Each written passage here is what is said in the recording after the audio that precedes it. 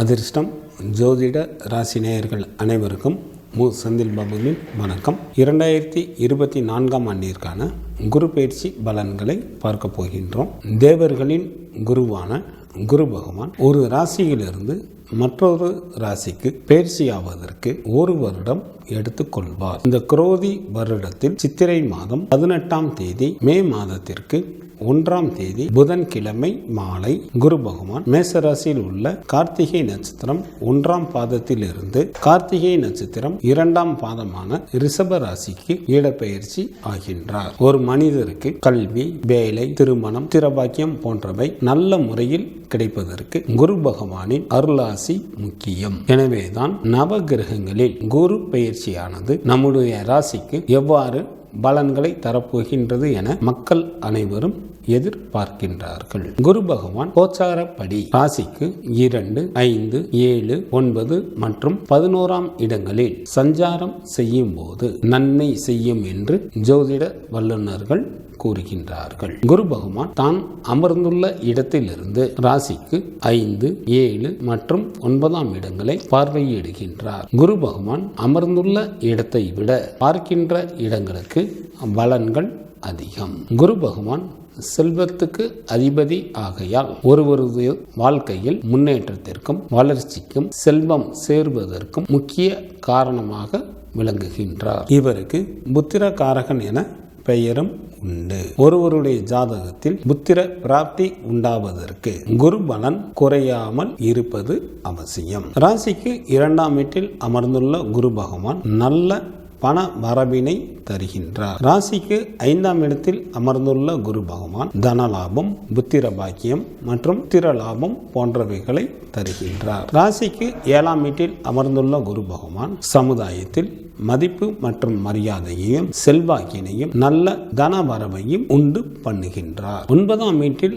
அமர்ந்துள்ள குரு பகவான் மனைவி மக்களுடன் இணைந்த நல்ல மகிழ்ச்சிகரமான வாழ்க்கையினை தருகின்றார் மற்றும் நல்ல பொருள் வரவையும் தன வரவையும் ஏற்படுத்தி கொடுக்கின்றார். 11ஆம் வீட்டில் அமர்ந்துள்ள குரு பகவான் செய்யும் தொழிலில் நல்ல லாபத்தை உண்டு பண்ணுகின்றார். நாம் எண்ணிய எண்ணங்கள் அனைத்தையும் நிறைவேற்றுவதற்கு ஏற்ற காலத்தையும் ஏற்படுத்தி தருகின்றார். இவ்வாறாக குரு பகவான் அமர்ந்துள்ள இடங்களில் நல்ல பலன்களை வழங்குகின்றார். 7 இடங்களில் குரு பகவான் சுமாரான பலன்களை வழங்குகின்றார். அவைகள் முறையே ஜென்ம ராசி, ராசிக்கு 3ஆம் இடம், ராசிக்கு 4ஆம் இடம், ராசிக்கு 6ஆம் இடம், ராசிக்கு 8ஆம் இடம், ராசிக்கு 10ஆம் இடம் மற்றும் ராசிக்கு 12ஆம் இடம் என சுமாரான பலன்களை வழங்குகின்றார். ஜென்ம ராசியில் குரு பகவான் அமர்ந்து இருப்பதால் சில அன்பர்களுக்கு சாதகமற்ற சூழ்நிலைகள் ஏற்படும். சில அன்பர்களுக்கு ஜென்ம ராசியில்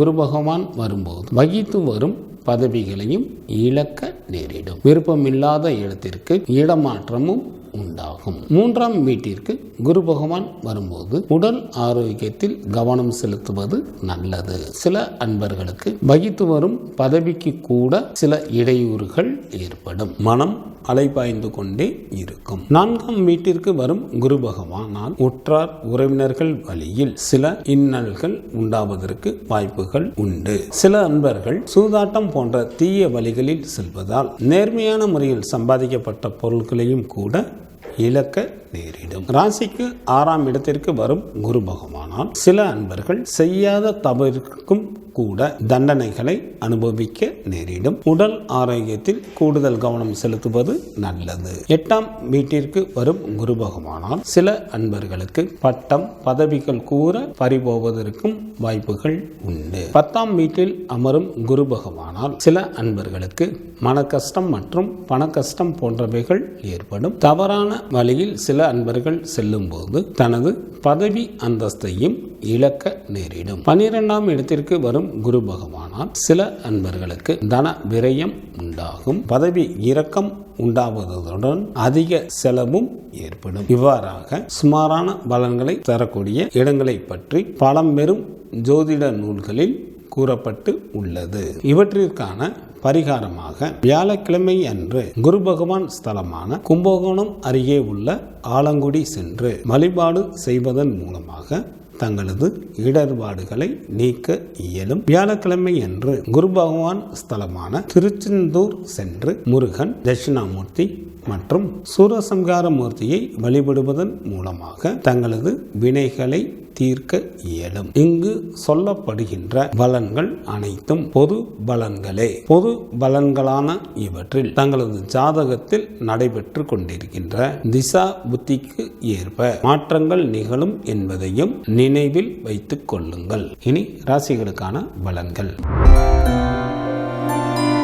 தைரிய வீரிய காரிய ஸ்தானத்திற்கு காரகரான செவ்வாயை ராசி அதிபதியாக கொண்ட விருச்சிக ராசி என்பர்களே, தங்களது ராசிக்கு கடந்த ஓராண்டாக 6ஆம் இடத்தில் அமர்ந்திருந்த குரு பகவான் தற்சமயம் தங்களது ராசிக்கு 7ஆம் இடத்திற்கு வருவதால் இது நாள் வரை இருந்த துன்பங்கள் தங்களை விட்டு அகலும். தாங்கள் நினைத்த காரியங்களை நினைத்தபடி வெற்றிகரமாக செய்து முடிப்பீர்கள். தங்களது ராசிக்கு 7ஆம் இடத்திற்கு குரு பகவான் வருவதால் வாழ்க்கையில் எல்லா இன்பங்களும் கிடைக்க பெறுவீர்கள். அறிவில் தெளிவும் பேச்சில் இனிமையும் உண்டாகும். ஏராளமான செல்வ பெருக்கு ஏற்படும். 7ஆம் இடம் என்பது களத்திர ஸ்தானமாக இருப்பதால் இது நாள் வரை திருமண வயது வந்தும் திருமணமாகாத அன்பர்களுக்கு திருமணம் நடைபெற அதிக அளவில் வாய்ப்புகள் உண்டு. சமுதாயத்தில் தங்களுக்கு மதிப்பும் மரியாதையும் அதிகரிக்கும். உற்றார் உறவினர்களிடையே ஆதரவு கிடைக்கும். குழந்தை இல்லாத தம்பதியினருக்கு குழந்தை பேறு ஏற்படும். சில அன்பர்கள்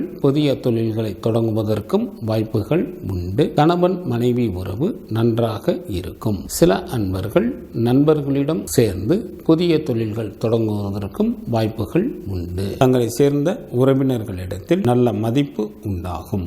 பெற்றோர் உடல் நலத்திலும் நல்ல முன்னேற்றங்கள் காணப்படும். தங்களது ராசிக்கு 7ஆம் இடத்தில் அமர்ந்துள்ள குரு பகவான் தனது 5ஆம் பார்வையாக தங்களது ராசிக்கு லாபஸ்தானத்தையும் 7ஆம் பார்வையாக தங்களது ஜென்ம ராசியையும் 9ஆம் பார்வையாக தங்களது ராசிக்கு 3ஆம் இடமான தைரிய வீரிய காரியஸ்தானத்தையும் பார்க்கின்றார். 5ஆம் பார்வையாக தங்களது ராசிக்கு லாபஸ்தானத்தை பார்ப்பதால் விருச்சிக ராசி அன்பர்கள் இழந்த பொருள்களை திரும்ப கிடைக்க பெறுவீர்கள். இழந்த பதவிகளும் சில அன்பர்களுக்கு திரும்ப கிடைக்கும்.